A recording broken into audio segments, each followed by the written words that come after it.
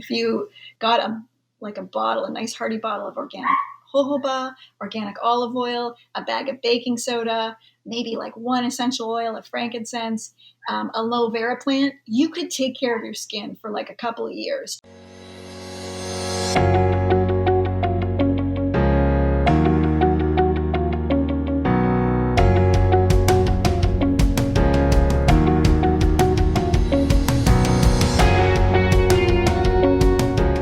Hi, Nadine. So Huh? glad to have you back on Staying Ageless. Hi, I'm so happy to be back with you.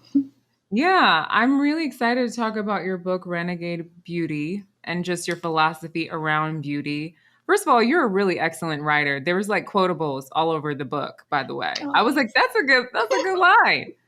Um, so I really enjoyed it. I guess you talk a little bit about this in the book, but can you just give us like a bridge version of, I guess, your personal journey to exploring beauty in general and what, what drove you to even write this book in the first place? yeah. Well, I feel like, I generally had like a pretty common childhood for North America. And,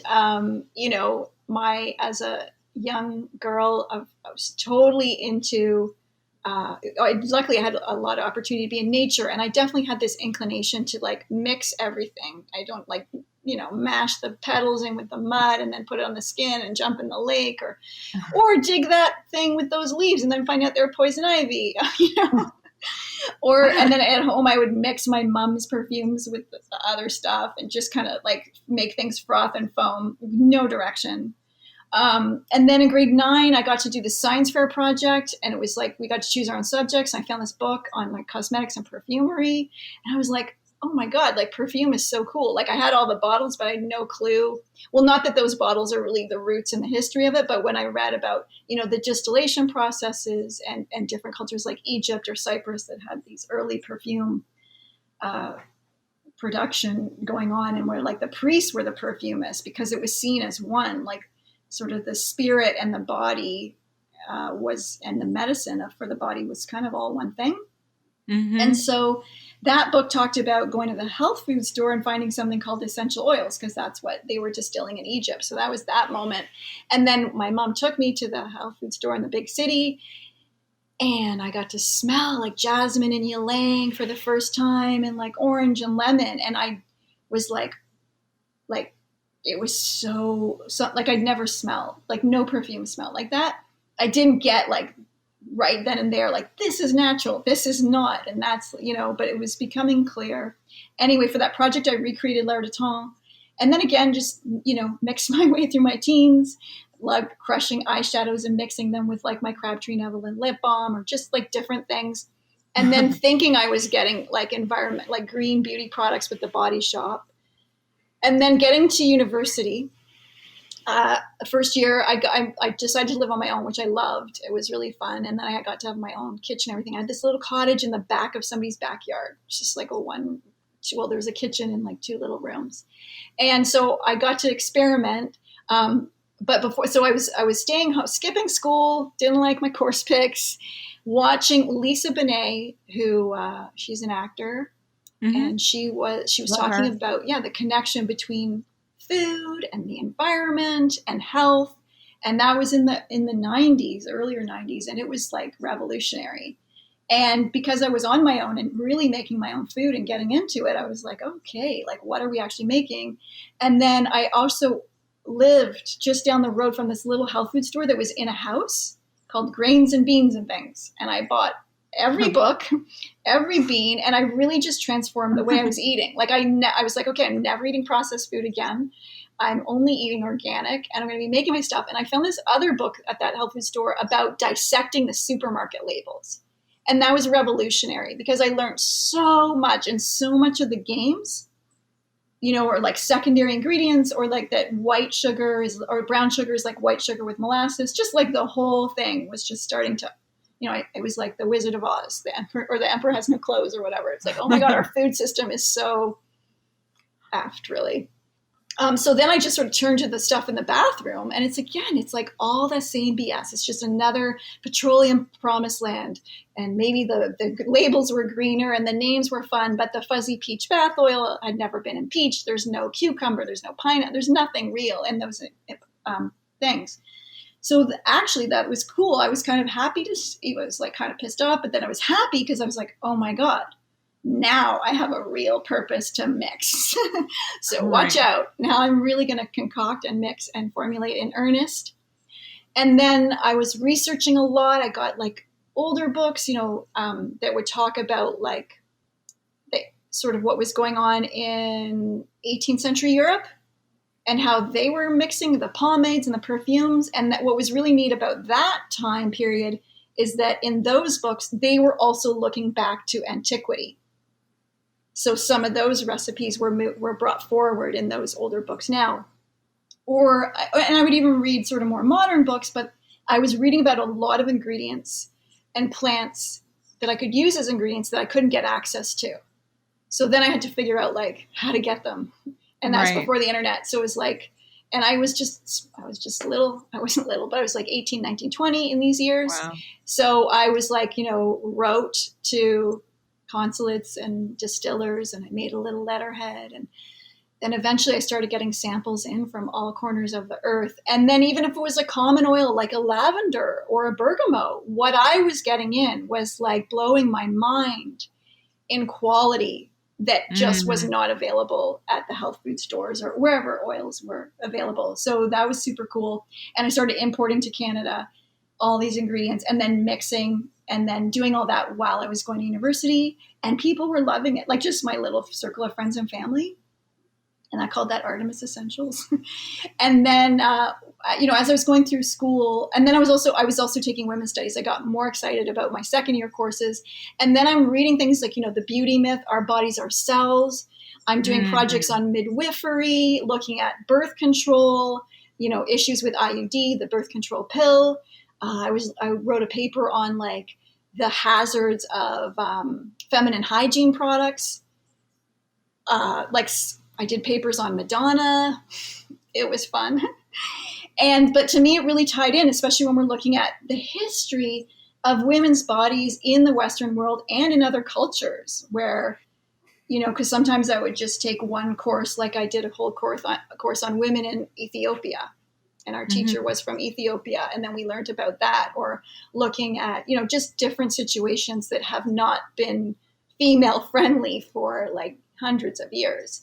And in the name of beauty in our modern lifetime, whether it's, radium in rouge or lead in lipstick, I mean, this is our current lineage of toxic chemicals that we are to apply in the name of beauty. And yet no pore is parched for petroleum. So we need to move out of that landscape and really, back into the body. But besides issues of toxicity or purity or what we're putting on, I really started to really look at the body and how do we maintain it, so to speak? Because I'm always into like, what's the least amount of effort? What's the sort of armchair approach that we can take to understanding our body? And also our bodies and like the planet are so brilliantly designed that usually the issue is our getting in the way of things. So I try and look at like body systems, like stepping back and go, well, how are you supposed to function like without me, without my hand applying the cream or whatever? And so if we can get that part of our body really flowing, and that then kind of what we're doing on top of that becomes very easy. So cool. You talked about the book being inspired by the philosophy of vitalism. What is vitalism? Yeah. So yeah. And then that's what, so when I got to that university stage, like that's when my beauty got really renegade, because I was like, hold on, like the whole thing is weird and disconnected. And I also did take some courses in philosophy. So I love thinking about thinking. Yeah. I love that whole thing. And I love vitalism is a philosophy that came out of the Enlightenment. And it's really about just connecting to the whole cosmos. And to me, when I think of that in terms of beauty, it's like beauty is not applied to us. And as much as I make beautiful things in jars, it's not another jar of cream that's actually going to speak to that vitalism and that beauty in the body. And Yeah. so I think we have to go wider. And I like to think in terms of cosmoetics, where our little being is engaging with the elements of the cosmos as the source of beauty, as like sort of the most foundational step, or thinking about the elements being like our finest bathing attendants, or our finest beauty attendants. So we want, we need water, and we want to engage with pure water. And we've got air and the atmosphere and the sun and sunshine, and then the earth and the gifts from the earth, what we're feeding, and then applying to the body like rose and lavender. And so we want to really step back, go broad, and bring in that part of the universe, the cosmoetics, into our cosmetics as a starting point. Then bring on the cream. No, I love that so much, because I'm obsessed with Ayurveda. I use it a lot in my practice, and Chinese medicine. And I feel like all ancient forms of medicine are essentially saying you need to live in harmony with nature to be your best self.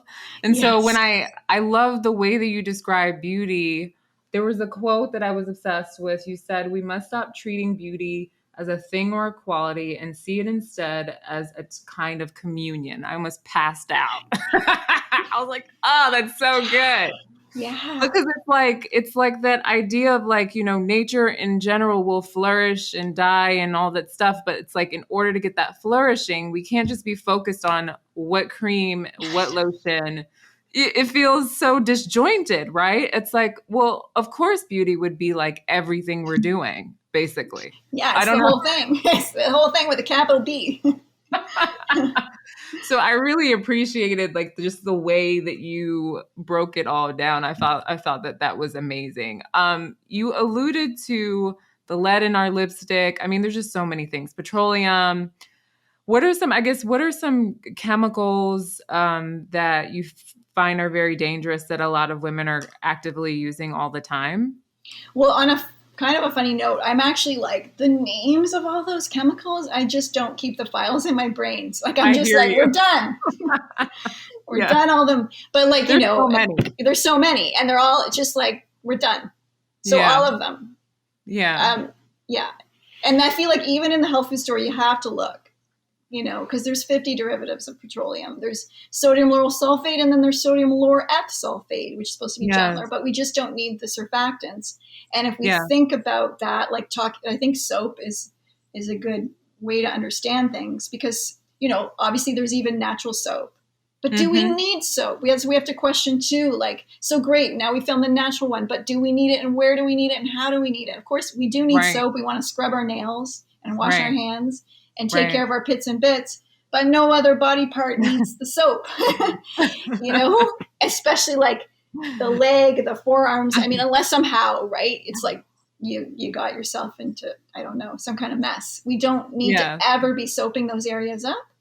And we should let them be free, because there's a whole microbiome on there. And so when we think of like our skin, it's like we got to step back, because just as much as the cells are a part of our skin, well, so is the whole microbiome, even though that's newer understanding. But the bacteria are just as key as the cells. And as gross as it sounds, our skin is a teeming tapestry of trillions of bacteria. And we've got to allow the bacteria to be the beautician. If we have our microbiome in check, it's taking care of our skin. It's taking care of the sebum, the oil production, the new skin cells. But really, all the sort of that chunk of ingredients that we're using in modern skincare is mutating the skin's microbiome. It's affecting our innate immune system, and not just because of the chemicals that are affecting our liver and our endocrine system and our fertility, but literally the little creatures that we live with, that we cohabitate with. And there's no way around that. We can't eliminate. If we eliminate them, we go. So we gotta have harmony there. And modern skincare, just like, it's a generalized statement, but it just is not in harmony with the microbiome, period. But it's funny, I do get like industry emails from, I don't know what, but it would be like if you were a L'Oreal executive, you'd get this email, right? It's just Right. like the trends and everything. And it's amazing to see in the last year, all these conglomerates just talk about microbiome friendly products. Right. Even though I'm like, oh, I feel like a lot of it is buzzwords, but yeah, it is. you know, and that's but you know, it all evolves, and we hope that it gets better and better. But I had crazy experiences. I've been vegan since I was 13. And then but I never really considered my beauty products until much later. And then I had this crazy incident where I literally used a Kiehl's cleansers. I fell asleep with a Kiehl's cleanser on my face and woke up with a burn on my face. Oh. And I freaked out. Obviously, I healed it, but I was like, am I going to be scar-faced for the rest of my life? Like, I was being super dramatic. And I called my friend who was an esthetician, and she was like, don't you know that they were like bought out by L'Oreal and blah, blah, blah, blah. She just went on this whole thing about how like things appear to be really just kind of how you were saying, like a lot of us think we're doing really well. We're like, yes, I just bought this brand and I feels like it's so green and da da da. And then like we just neglected to notice that there's like crazy chemicals in there. So where do we start? I mean, besides the fact that people need to go buy living libations and buy natural products, like for me, I threw out everything after that incident. I literally threw out everything. My lipstick is vegan. Like I make my own pressed powder out of cacao and whatever. It's like, I just totally was like, I'm done.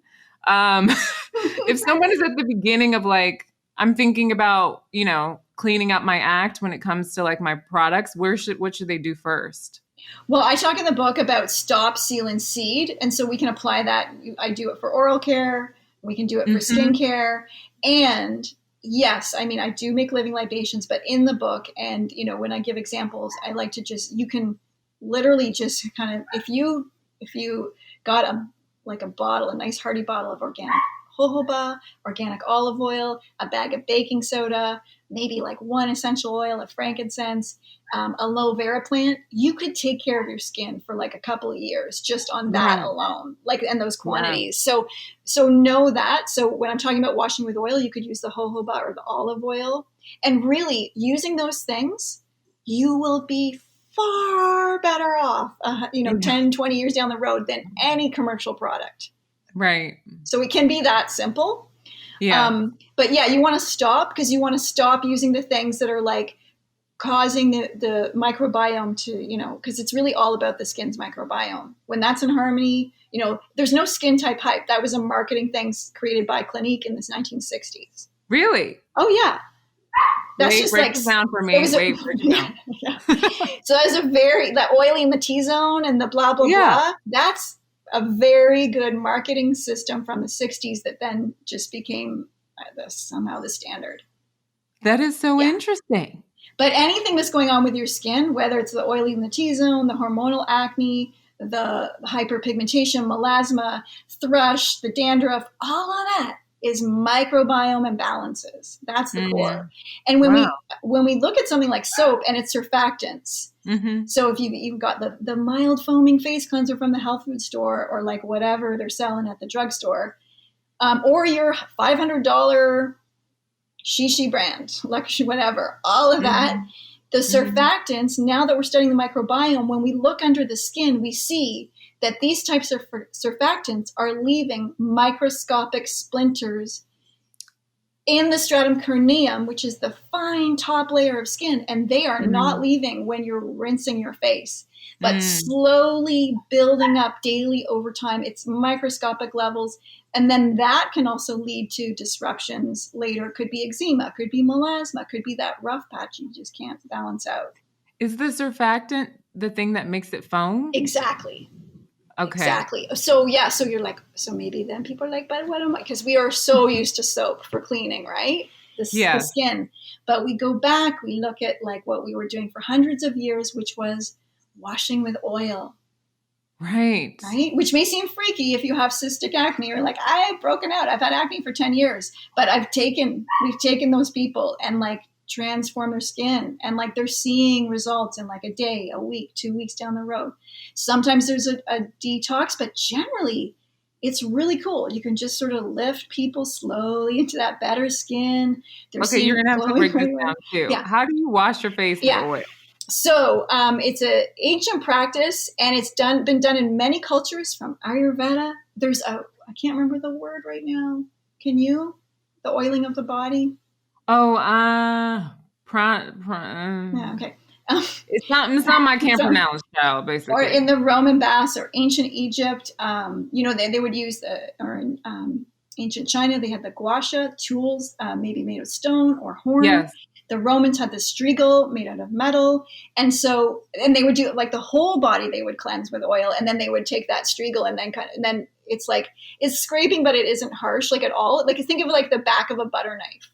And then Yes. you're running that through your skin. And then that oil is like picking up all the stuff, cleansing out your skin. And on the face, modern times, there's a few ways to do it, but I love, because we're, as a nation, we're totally into over exfoliation. And when we do that, we are leaving the young cells underneath. They're far too vulnerable to take on the role of that top layer of the skin. And it may feel fresh and fancy when it first happens, the chemical peels and all that, but we're leaving our skin way too vulnerable. If you're doing something to your skin and then they're saying, hey, avoid the sun for several months, it's Right. not the path to go. Right. And so we have these beautiful organic hemp terry face cloths, but it's literally that texture of a classic face cloth that will do. That's all you need. Then you wet that. If you have regular tap water and there's no way out of that, I suggest just getting a glass bottle of spring water, and you can just have that on your bathroom counter because it will take like weeks to go through that. You're just going to use it for your face. So you put a little tablespoonish of water on that cloth, squirt the oil on there, and then you just kind of massage that cloth over your face, and it lifts up all the dirt, removes makeup. If you got a lot of makeup on, you could use the same method, but with an organic cotton round, remove the mascara. The oil will take it all, take the mascara, everything. And then you can rinse the face, and then you can use that same beautiful oil, one little squirt, and then you're applying that on fresh. Right. And so it's good for men, women, children. You can also do that method to the whole body when you get out of bath or shower. When you do that cloth and oil over your whole body, it is so great. It's very moisturizing. Very moisturizing. And you've got that light layer of exfoliation happening. It's driving the oil in. And when we do it on damp skin, you should always work with damp skin because it just drinks in the oil. It makes the pores ready. It doesn't have to be hot or cold. It's just water. And what was I going to say? Oh, yeah. And like a cream is really just oil mixed with water, and it's emulsified, like a mayonnaise. So when you've got like damp skin and then you're applying the oil, you're kind of making like a fresh cream on your skin, and it's going to go in. And when you're working with the real oils, the ones I've mentioned, or our best skin evers, and we have ones for all the different, I created beauty realms for the different, not skin type, height, but like we're balancing the microbiome. Right. And it's so beautiful for skin. And of course, so you don't want to use rancid oils, and some products, maybe they're natural, but they might be rancid. If they're with almond oil, apricot kernel, grapeseed, argan, those are oils I never use. You want to be working with like the beautiful jojoba or olive oil. You can use coconut oil, but it is, it's good to melt it a bit and then add in olive oil or olive oil or jojoba, just to make it more fluid at room temp. Okay. Yeah. Okay. That makes sense to me. I sort of already do that in the sense that I only remove my makeup using oil, and then I moisturize with moringa oil. I'm obsessed Beautiful. with moringa oil. Moringa's lovely. Yeah. I love it. So just that makes eliminate sense soap. If you had soap, just remove that. Then you're sealing the skin, because now, so stop, and then or if you've got like chlorine, normal tap water, just even that sort of about $25 water filter. Like it doesn't have to be, you don't have to do the whole home. When I used to have a place that we rent in the city, we would just do that with the shower filter, and then everything would happen there. We'd wash the kale there. We'd run our bath through the showers. That's hilarious. That is really funny. No, the water thing. Okay, so let's talk about the elements, because I like this part about the elements that we need to commune with to enhance our beauty, right? So we have the air, we have water, we have the earth. I really loved how you broke this down. Now, the water thing, oh my goodness. I mean, even just my last trip in Africa, the place that I was staying was this actually really shishi place. But I guess because they were really shishi, they overdid it with the water. So they had so much Oh, chlorine in the water, right. and everyone was getting these rashes. Oh, yeah. And I was like, oh no, this will not be. So let's talk about water. We need filters, right? Like we Oh, have to. yeah. Yeah. Yeah. I mean, unless you've got well water or you live in the Right. country, I mean, I'm just, when we got our place in the country and then I turn on the tap, I'm like, I feel like a millionaire because we can drink our water coming out of our taps. Like, to me, that's Right. a miracle.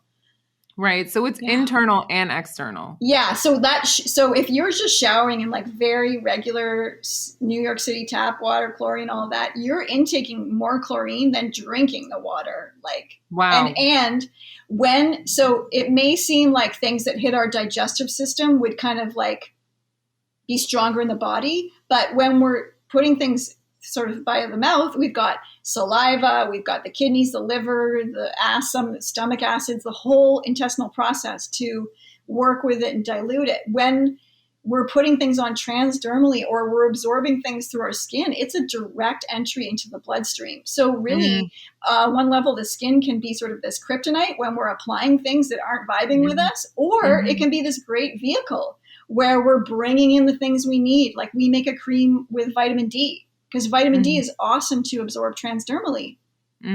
So we can use it to bring nutrients and medicine into our body. And I feel like that's where skincare should be. It shouldn't be these bottles of lifeless liquids that are having a toll on your liver.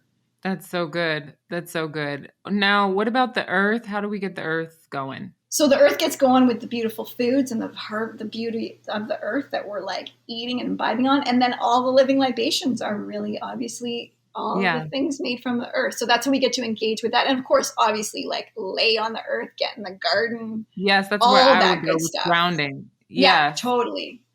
And then you can combine all the elements and just being outside, looking at the sunrise while standing on the ground with your bare feet or, getting fresh air. Yes. You said that the sun needs a new PR agent. I started laughing.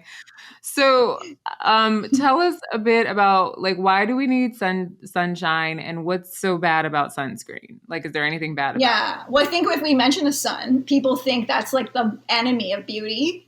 Yes. But for me, it's like, to me, it is part of what, keeps me alive and hopefully keeps things beautiful, so to speak. So, we've really been like misguided about the sun. Sunscreen is a huge issue, not just because of the chemicals that we now very clearly know and have really known since the 90s take a toll on the liver, the endocrine system, could have future fertility issues, whole whack of stuff. But really what's key is that when we apply sunscreen, we are receiving the sun's rays separated. So UVB and UVA are no longer coming into our bodies together. Right. We're just getting UVA. And UVA without UVB is skin damaging. So we got that going on. Then if we eliminate the UVB, we are not getting any vitamin D. Wow. And then we've taken away our skin's natural warning system, which is like, hey, if you're pink, get out of the sun. And then when we look at scientific literature, and I go deeply into this in the book, we have a few articles on the website, but I dedicate a whole chapter to this. I'm looking at the New England Journal of Medicine or like the Cochrane Review, which they review like related medical studies and then group those findings. So obviously I'm generalizing here, but in summary, the New England Journal of Medicine found that melanoma, which is the most severe skin cancer, it's very serious and can be deathly, that people that had more time outside were closer to the equator and had more sun exposure had less chance of getting melanoma. And melanoma is just seen as a sun disease. However, the founding father of dermatopathology, which is like a more serious realm of study than dermatology, it's dermatopathology, which is studying the disease on skin. And his name was Dr. Bernard Ackerman. And he wrote this beautiful, deep, thick book. It's hard to find now. You can find it on used books sites. It was published it was in 2009. So it's pretty crazy. He goes through every single study. He looks at the whole everything. And he is so into the sun. He always sports a tan, but he really goes, it's called the sun, oh my God, Myth on Myth, the sun and melanoma. So it really talks about like on such a deep level, how we need the sun. But again, I like to look at, again, the body. So how do we get out of the way? What's supposed to be going on here? What's the original design? And our skin was designed to be exposed to sunbeams, to the sun. We have thousands of vitamin D receptors all over our body that need to be brimming with vitamin D. So we may think, oh, great, we just take the supplement. But, that's one layer, but it's a different type of vitamin D that's created. It's a water-soluble form of vitamin D. It's very cleansing to the blood. That's the one from the sun. And the supplement one is fat-soluble. So when we engage with the sun, we're creating really healthy cholesterol sulfate. We are creating very special and key to our immune system antimicrobial peptides, things like cathelicidins and things that stop cytokine storms in the body, which is very key. We have over 3,000 studies that show us that ample amounts of vitamin D in the body prevent a whole range of diseases, including, if you're sufficient in vitamin D, your chance of developing breast cancer is slashed by 50%. Which is one of the biggest things. Like alcohol is about 15%, that kind of, I think it's better than stopping smoking, like getting enough vitamin D. So, and this is the stuff we don't know. Or like juvenile diabetes, the main cause of juvenile diabetes is a vitamin D deficient pregnant mama. So the connections, I mean, because when I first heard that, I was like, wow. So diabetes, sugar, blood, but it's also affected by vitamin D. So we don't even know the mystery and the majesty of this engagement, this communion, which is so key to our vitality and literally making everything on the planet grow. So it can't be this doomsday ball of light in the sky. It's like force. We just have to use it, know how to use it, and interact with it wisely. So it's not about getting burned, and it's not about slathering our bodies with sunscreen either. Yes, I love that. And I always make jokes about how I'm African and I really need the sun, but because I really just don't so I really feel that, I think that's one of the things that I feel when I am on the continent. It's like, oh my God, sun, I'm feeling great. I'm getting all this exposure and my skin is always looking great. I just feel way better. So that makes sense to me. And that's so interesting about the segmentation. It's almost like using sunscreen is almost like, I don't know, it's like making a processed food version of sunlight intake or something. Well, it's also like, then so if you think it is a communion, we're literally like on the altar of sunshine, we are putting our bodies and then we are engaging with those rays. And so are you putting it on your Coca-Cola fueled, Mazola anointed body? Right. Or, because I kind of think it's like the difference of cooking with coconut oil or spray on Pam. Right. And we don't want to cook with Pam. We want to be cooking with coconut oil, jojoba, sea buckthorn. And all of those oils are like sun harmonizing factors. They will, not sun protection factors, but they will harmonize your skin with the sun. They will allow the vitamin B. Yeah. And it's like our skin and body needs it. It's like now we're like denying the sun, spraying on tans with chemicals, and like applying acne medicine. And acne is so good. Like put the acne in the sun is also a really good thing. And doctors at the turn of the century really understood the sun. There was a lot of healing going on. There was clinics in Switzerland that people were going from all over the world to heal like rickets, tuberculosis. 1902, the Pulitzer Prize, one of those prizes, the Nobel Peace, one of those ones was given to a guy for studying sun therapy, for heliotherapy. And doctors at that time were like, no, if you want to prevent wrinkles and acne, you need some sunshine. So it's like, but again, you want to be healthy cells in that sunlight, hydrated, good diet. We even have studies that show that foods rich in pigments like tomatoes or spirulina act like an internal sunscreen as well. So good. This is so good. So many good tips. I just want to ask you one last question, which is, I guess, so this show is about staying ageless. I'm into longevity. We talk about all these things about longevity, and we know that people definitely want to look really great for a really long time. But then there's this spirit of comparison, and there's Mm-hmm. also this weird pop culture thing that happens too. I mean, I'm just wondering if you have any tips or thoughts on aging gracefully and also like, and gracefully and beautifully, because I think there's beauty in aging in Yeah. itself. Yeah. Yeah. There's a lot of beauty to be had. And we don't want to think of like our time on the planet as this like crash against the rocks of time. Sometimes we Right. get these sort of adrenal driven goals to like, where we're staring in the mirror going, oh my God, these wrinkles. Like, we can't live that way, although we really are set up to live that way on a Yeah. deep level. I actually have like a little section on comparison in my book, in Renegade Beauty. Yeah, because again, just even forget about aging. If we can really be aware of when we're comparing and then hopefully eventually not, it's so liberating because there really is no freedom when you live in comparison. You are trapped forever, True.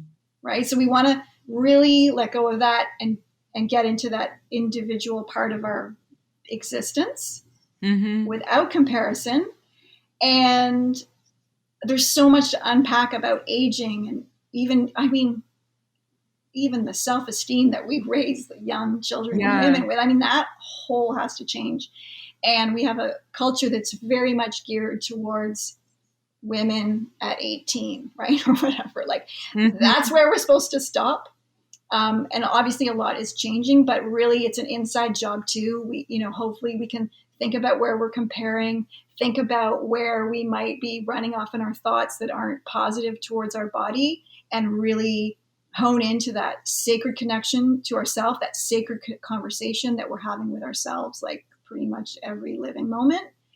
And I feel like that's where aging gracefully can start. And for me, beauty and health are inextricably bound. And to me, it's like to get, or not to get, because I don't know if I'm getting anywhere, but just sort of when I think about my life 50 years from now, 100 years from now, I know that I'm going to have to include those elements, and my relationship to the sun and the planet and the air and the water is going to be a key thing in ageless and longevity. I mean, it's just so deep, Nadine. I love it. It's deep because I feel like the way we think about beauty is super shallow. So for someone to like be like beauty and health are interconnected, it's just like, yes, yes. And to me, that's the easy path. Like, right? It's Right. like if we don't put health in the mix, like I feel like then you've got a pretty uphill battle. Like if you've got rosacea and you don't think about the health or whatever, like, I don't know how you're going to get rid of it, so to speak. No, You it's know what I so mean? true. I love that so much. Where can people find you online and also get your book, Renegade Beauty?